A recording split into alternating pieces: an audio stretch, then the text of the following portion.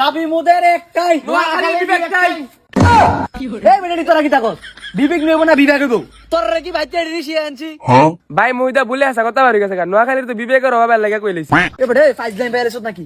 তোরা দুইটার আমি 10 টাকা দিরা সিঙ্গারা দেম, তারপরও তোরা এই আন্দোলনের ভিতরে ভুল কথা কস। নোয়াখালীর পক্ষে নোয়াখালীর ফসাইতেছ, তোর কাহিনীটা কি তারে?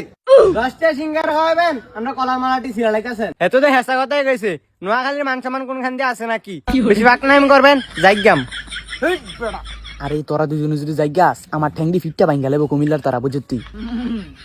ভুল মানুষের হইতে পারে, তবে এমন ভুল করো না তোমরা যাতে আমাদের জেলার অসম্মান হয়।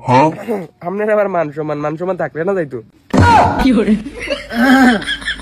বেশি কথা না যাই, সামনে এও সাংবাদিক আছে, আমরা বাইরে হমু। ওকে ওকে।